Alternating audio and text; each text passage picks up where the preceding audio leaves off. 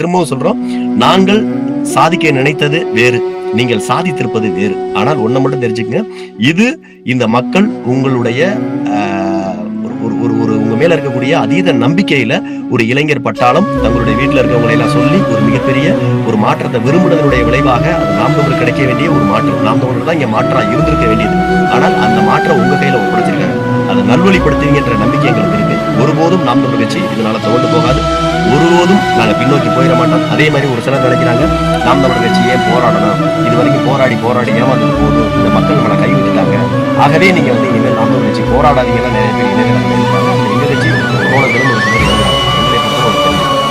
நாளைக்கு மக்களுக்கு ஒரு பிரச்சனை முதல் குரலாக அண்ணன் சீமானுடைய குரல் இருக்கும்.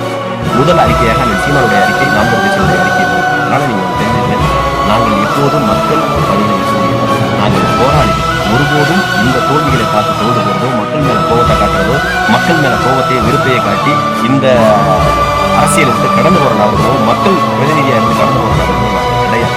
நாங்கள் மக்களுக்கானவர்கள், மக்களோடு தான் செய்வோம். நாங்கள் ஆரம்பத்தில் சொன்னதை இப்பவும் சொல்றோம், நாங்கள் வெற்றி பெற்றால் நாங்கள் சொன்ன நன்மைகள் அனைத்தையும், உங்களுடைய செயற்பாட்டு வரையில் நன்மைகள் அனைத்தையும் நாங்கள் வெற்றி பெற்றால் செய்வோம்.